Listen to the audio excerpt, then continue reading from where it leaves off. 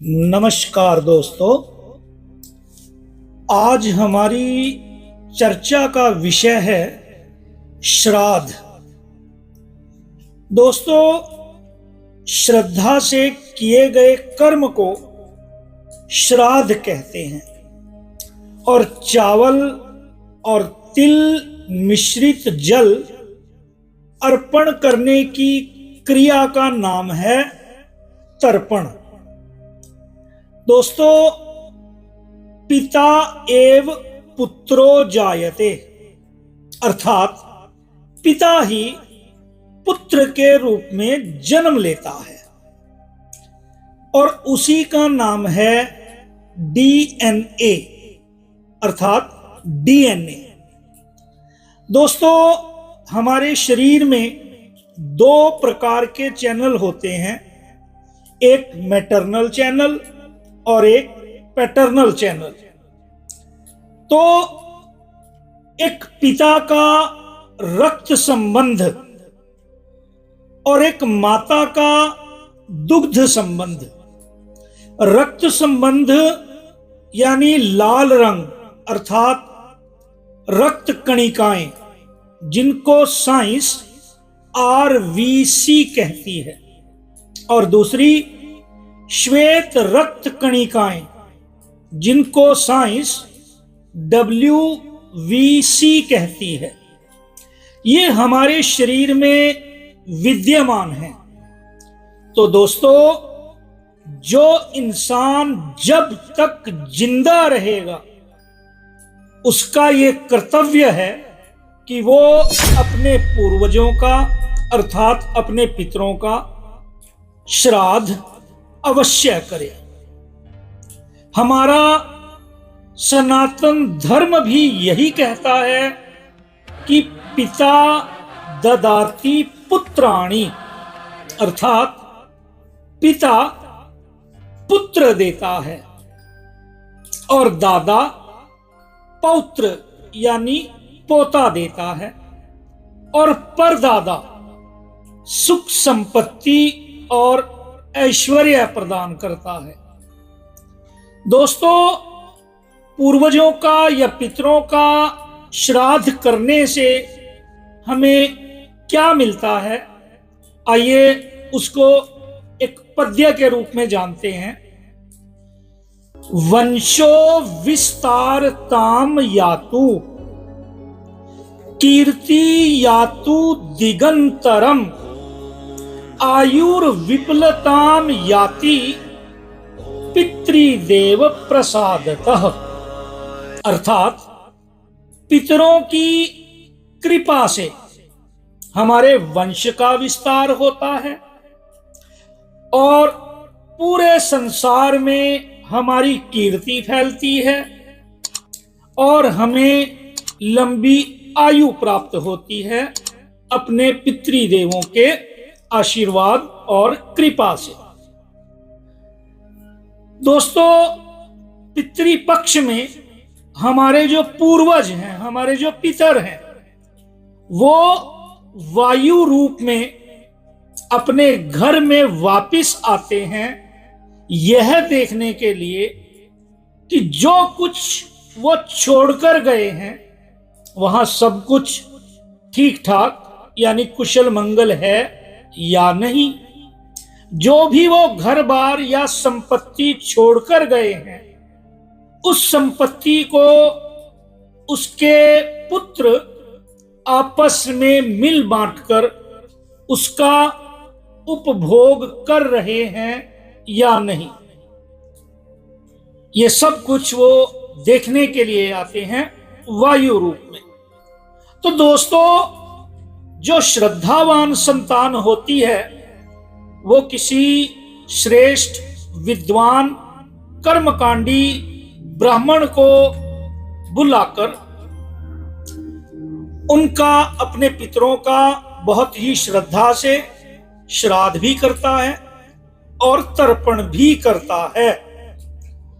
और दोस्तों, पितरों में या पूर्वजों में केवल इसी जन्म के हमारे पूर्वज नहीं बल्कि अन्य जन्मों के भी जो पूर्वज हैं उनका भी, और जो पूर्वज हमें ज्ञात हैं यानी जिनका हमें पता है उनका भी, और ऐसे हमारे बहुत सारे पूर्वज या पितर हैं जो हमारे लिए अज्ञात हैं, जिनको हम जानते नहीं हैं, उनका भी किसी श्रेष्ठ ब्राह्मण से श्राद्ध या तर्पण करना उनकी संतान का परम कर्तव्य है।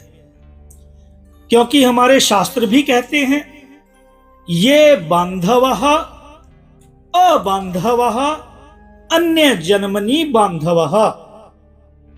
दोस्तों, आप जब भी श्राद्ध करें तो इस भावना से करें कि जो मेरे पूर्वज इस जन्म के हैं या अन्य जन्मों के हैं, जो ज्ञात हैं और जो अज्ञात हैं, वो सभी मेरे इस श्राद्ध से और मेरे इस तर्पण से तृप्त हो जाएं, संतुष्ट हो जाएं और प्रसन्न होकर हमें आशीर्वाद प्रदान करें। इस भावना से आपने श्राद्ध और तर्पण करना है।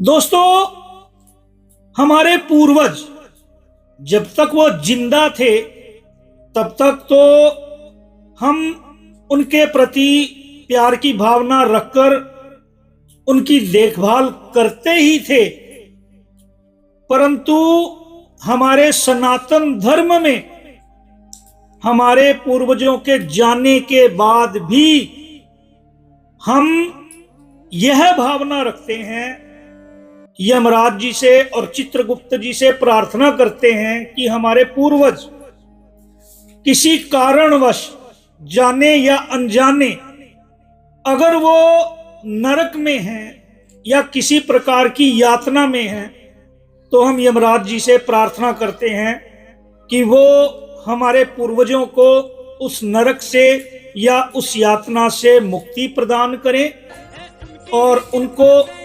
संतुष्ट करें। दोस्तों, ऐसी भावना हमारे हिंदू धर्म के अलावा, सनातन धर्म के अलावा शायद ही आपको कहीं देखने को मिले, हो सकता है ना भी मिले। दोस्तों, विष्णु पुराण में एक पद्य आता है, एक श्लोक आता है, देखिए, नरकेषु समस्तेषु यातनासु च ये स्थिताः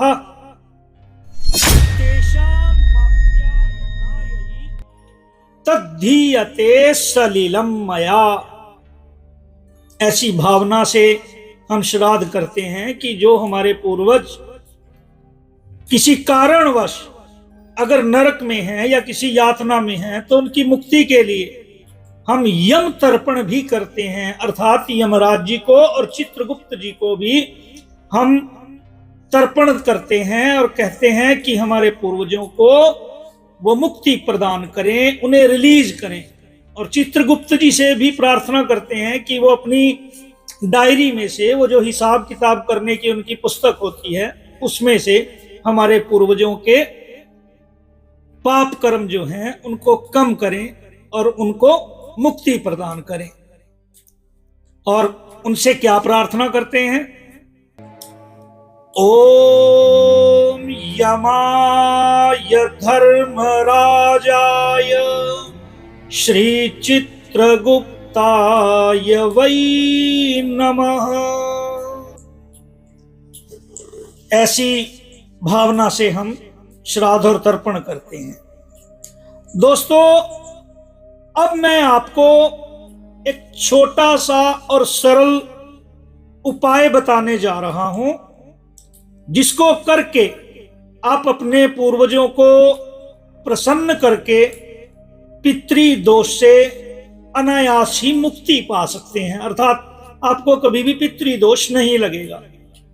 और वो छोटा सा उपाय क्या है, उसको जानने से पहले आपसे प्रार्थना है कि यदि आप हमारे चैनल पर नए हैं और हमारे चैनल पर यदि आप पुराने भी हैं, तो हमारे चैनल को एक प्यारा सा लाइक करें और हमारे चैनल को सब्सक्राइब भी करें।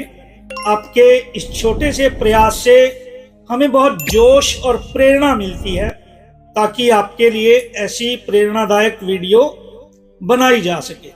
तो दोस्तों, वो छोटा सा प्रयास क्या है, ध्यान से सुनिएगा सभी। जब भी हमारा पितृपक्ष प्रारंभ होता है, अर्थात हम जिन्हें श्राद्ध के दिन भी कहते हैं, जिस दिन आपने अपने पूर्वज का श्राद्ध करना है, उस दिन तो आपने वो करना ही करना है। प्रतिदिन एक छोटा सा आपने कार्य करना है। कार्य क्या है? एक लोटा जल का लें, उसमें थोड़ा सा गंगा जल मिला दें और उसमें थोड़े से चावल और थोड़े से तिल मिला दें, और उस जल को आपने सुबह और शाम अपने घर की दहलीज में, दहलीज समझते हैं दोस्तों, जहां से हम घर के अंदर प्रवेश करते हैं, उसके दोनों कोने में आपने वो जल अर्पण करना है और ये कहना है कि मेरे सभी पितृगण इस जल को ग्रहण करें और संतुष्ट हो जाएं। और यदि आप एक मंत्र का उच्चारण भी कर सकते हैं तो आप यह भी अवश्य करें। क्या बोलना है मेरे साथ आप सभी बोलें, और अगर नहीं बोल सकते तो आप इस रिकॉर्डिंग को भी चला सकते हैं। आपने अपने सभी पूर्वजों का, जो ज्ञात हैं उनका भी, जो अज्ञात हैं उनका भी, सभी का सच्चे मन से स्मरण करना है। और क्या बोलना है? ओम पितृदेवताभ्यो नमः। ओम शांति। सर्व पितृदोष मोक्षार्थे ओम शांति।